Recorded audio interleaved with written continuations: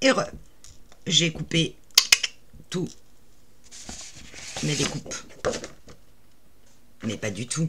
En fait, j'ai acheté les die cut. Tout d'un coup, j'ai commencé à couper. Puis d'un coup, je me dis, mais t'as un petit pois chiche dans la tête, ma chérie. En fait, j'avais tous les dice cut. Cling. Mais je garde précieusement sa page parce que, en fait, tous les dice cut de la collection, ce sont exactement les mêmes qui sont là. Alors, vous n'êtes pas obligé d'acheter les dice cut. Si vous voulez faire l'économie des dice cut, libre à vous de tout découper. Mais quand vous avez des petites découpes du style ça, et ben, je vous garantis que le dice cut correspondant, le voilà. Je préfère dépenser 8 € et les avoir tels quels plutôt que de me faire très mal à la main à force de couper. C'est un choix. Mais je les garde précieusement quand même sous les yeux parce que du coup je les vois tous et je vois lequel je mets et où je les mets. Alors on commence par nos pages. Et je me suis rendu compte que dans mon cardstock ivoire de Basile, je n'allais pas en avoir assez parce que j'ai décidé finalement de faire comme sur l'album raté, que je ne montre pas trop. Sur la première page, il y aurait une pochette avec l'ouverture vers le haut. Et donc du coup, il ne me faut pas 4 feuilles, mais 8. Puisque 4 feuilles pour la base et 4 pour faire les pochettes. Et là, j'avais pas assez de Basile ivoire.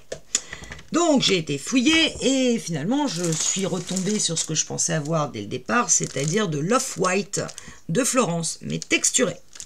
Et franchement, on voit pas la différence. En tout cas, je vous dis, en visuel, il n'y a aucune différence.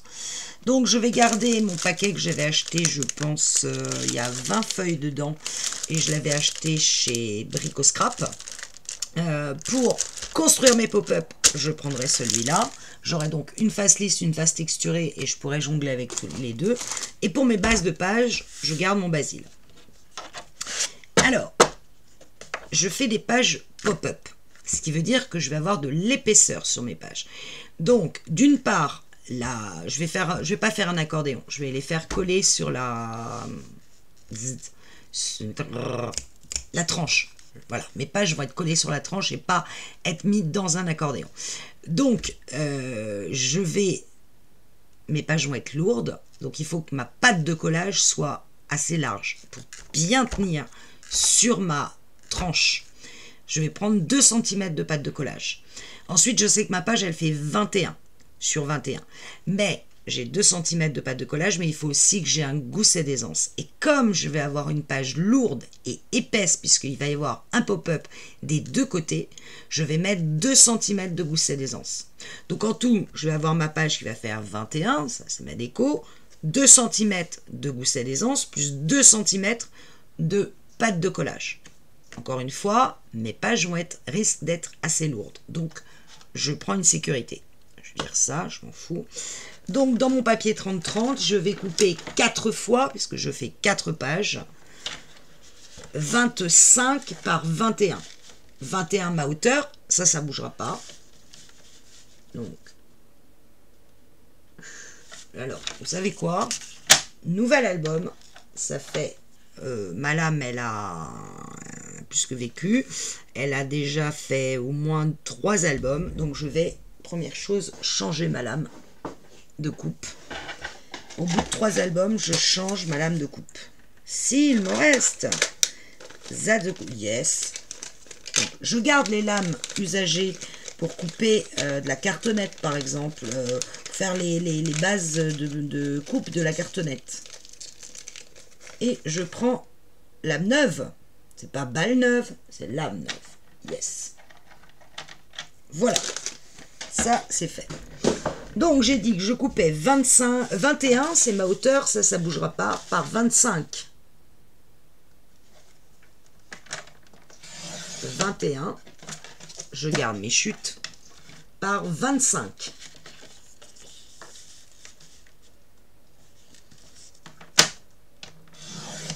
Je reste sur les 25, ici.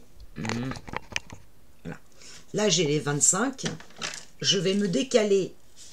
Alors, vu que là, je vais faire 2 fois 2 cm, j'ai pas assez de place à droite.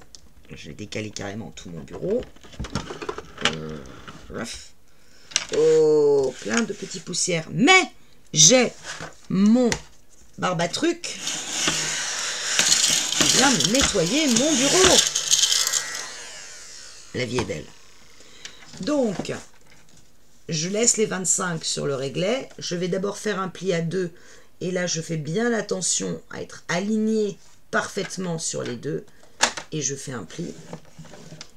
Et je me décale à 4 pour faire mon gousset d'aisance de 2 cm.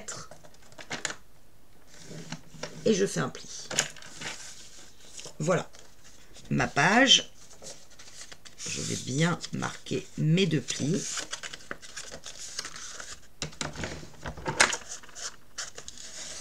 J'aurais pu nettoyer aussi mon couteau, ça n'aurait pas été plus mal. Ça me gêne. Je marque bien mes 2 plis. Et j'obtiens donc une base carrée de 21 par 21. Et à ma gauche, j'ai mon gousset d'aisance de 2 cm. Et enfin ma pâte de collage ici de 2 cm. Sur cette base, je vais venir construire une pochette, mais qui va s'ouvrir vers le haut. C'est-à-dire que je vais... Peut-être que je m'en servirai pas, je sais pas. Mais peut-être que je vais avoir envie de faire une découpe dans le haut de l'album. Pour cela, ma page fait 21 par 21. Pour construire une pochette, je prends 1 cm de plus à droite, 1 cm de plus à gauche et 1 cm de plus dans le bas, puisque c'est là-haut que ça va être ouvert. Donc je vais couper 23, d'accord, par 22. 21 plus 1 plus 1, 23, par 21 plus 1 par 22. Très scientifique. 23 par 22.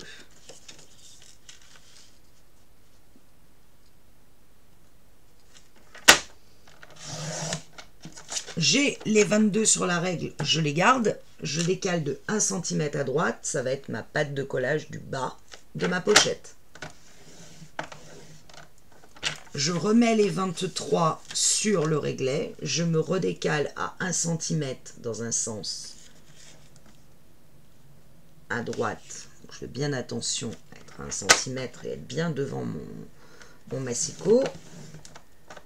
Et puis, je retourne complètement la page pour de nouveau avoir les 23 de l'autre côté.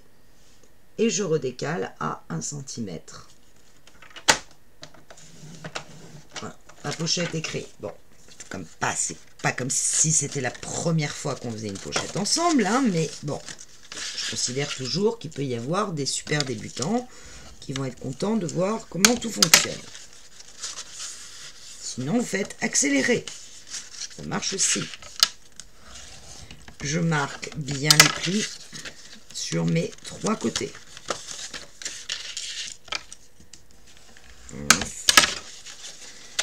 Je travaille au double face quand il s'agit de coller ma pochette. J'ai un double face qui fait 0,9 de largeur. Je vous rappelle que celui d'Action fait 1,2, donc il ne marchera pas. En plus, il ne colle pas très très bien. Moi, j'utilise soit le Lilliput Colle qui fait 0,9, soit le Brico Scrap qui, je trouve, marche très très bien. Il coûte beaucoup moins cher. Bref. Et là, avant de venir biseauter quoi que ce soit, je vais déjà coller mon double face sur tous mes côtés.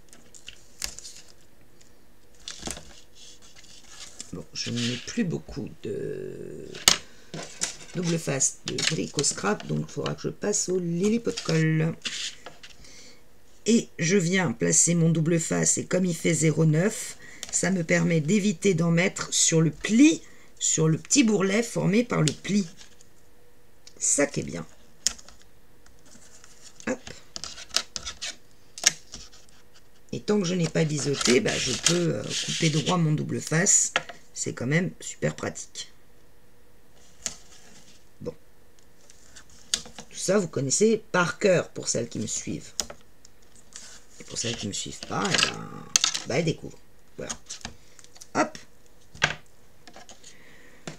une fois que j'en suis là, je peux venir biseauter. Et évidemment, comme d'habitude, je cherche mes ciseaux.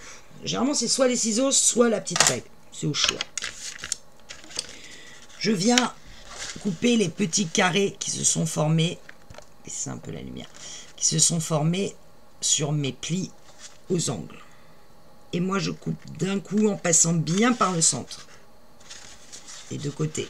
Le petit carré qui s'est formé ici avec mes deux plis là. Hop. Alors, je sais que sur du blanc, c'est pas évident avec ma lumière. Je suis désolée. Je suis pas une pro de la vidéo et je suis pas équipée. Il y en a qui me disent ça serait mieux si on te voyait du dessus. J'ai essayé, ça marche beaucoup moins bien. Et moi, par principe, je biseaute très légèrement les côtés inverses. Quand je dis très légèrement, c'est-à-dire que je vais biseauter sur 3 mm. Voilà. Je prends ma feuille de base. J'ai donc ma pâte de collage et mon gousset d'aisance sur ma gauche. Je connais toujours aussi bien ma droite et ma gauche. Je les replie complètement. Et je vais venir vérifier déjà que ma pochette colle parfaitement à ma page. Sinon, c'est beaucoup moins sympa. Je suis plutôt pas mal. Et je commence par coller le pli du bas à ma page. Je vérifie au passage que quand je referme ma pochette, je n'ai pas de superposition de mes deux bandes de collage. Au passage. Je ne vais pas regarder l'autre côté. Pareil. Sinon, ça me ferait une surépaisseur au niveau de l'angle. Je découpe un bout de double face. Je viens me coller. Donc, vous voyez que j'ai bien les deux pâtes de collage et gousset d'aisance rabattues. Hein. Je viens bien me mettre à l'angle, parfaitement aligné sur ma page. Je colle l'angle. Je rabats l'autre angle. Je vérifie que je suis parfaitement aligné tout du bas jusqu'au bout. Je tiens bien ma page. Je vais bien tenir en place. Et j'enlève mon double face. Quand j'en suis là, j'ouvre. Je viens repasser ici.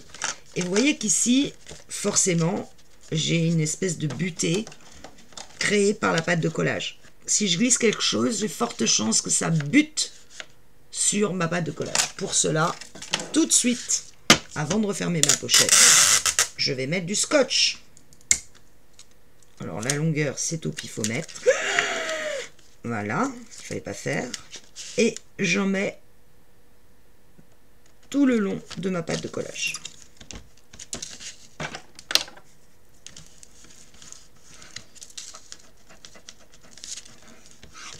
Et là, du coup, ma carte, si je mettais une carte, je ne sais pas encore, eh bien elle vient glisser sur. Elle n'accroche plus, ou très peu, elle glisse sur le scotch.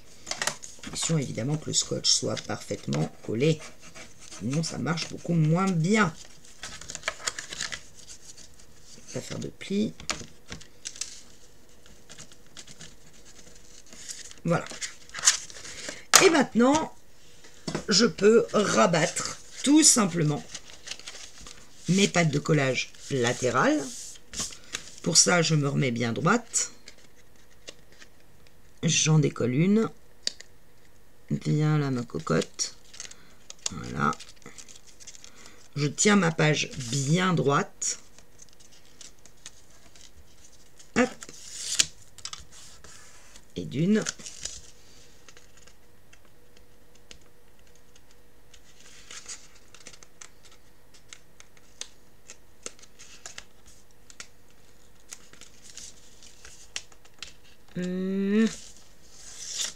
Et de deux. Et voilà, ma première page est faite.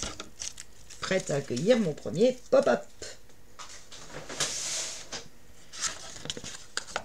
Et vous voyez que la pochette, elle est vers le haut. Je veux pas que ça gondole, donc je n'hésite pas avec mon couteau à maroufler que ma page se tienne bien droite. Petit travail fastidieux, mais nécessaire.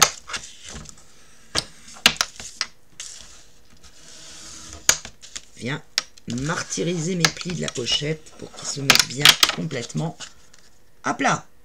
Voilà. Et ben ça va falloir le faire 4 fois. À tout de suite. On va le refaire 4 fois avec vous. D'accord. Vous avez compris le principe.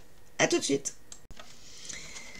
Voilà, j'ai fini mes 4 pages en pochette. 2, 3, 4. Et vous voyez que sur 2 d'entre elles, j'ai déjà noté quels allaient être les pop-up que j'allais mettre. Donc j'en ai déjà choisi. Alors pour être honnête, en fait, sur le devant, il y a double pop-up. Il y a un pop-up plus qui s'ouvre sur un autre pop-up. Probablement idem sur la page arrière de celui-là. Il faut juste faire attention dans quel sens vont s'ouvrir nos pop-up de façon qu'on soit toujours dans le bon sens. Si ça c'est mes pages avant, vous êtes d'accord avec moi que l'idéal est d'ouvrir vers la droite, c'est-à-dire vers l'extérieur de l'album. En l'occurrence sur celui-là, je suis pas sûre d'y arriver, je pense que ça va s'ouvrir vers l'intérieur, mais en l'occurrence, ça me gêne moins parce que c'est la première page.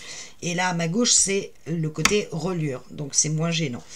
En revanche, les pop-up qui sont à l'arrière, il vaut mieux qu'ils viennent s'ouvrir plutôt, non pas vers la droite, mais vers la gauche. C'est-à-dire vers l'extérieur à chaque fois de l'album. On va essayer de le construire dans ce sens. Je suis pas sûre d'y arriver toujours. Et quand je verrai que, par exemple, sur celui-là, je ne peux pas ouvrir vers la gauche, je vais ouvrir vers le haut et vers le bas, de façon à ne pas trop empiéter sur la page qui va être à côté. Ceci fera l'objet de notre prochaine vidéo. On va y aller vraiment pas à pas sur ce côté pop-up pour attaquer notre premier qui va être la carte Butterfly et la pochette ceinture.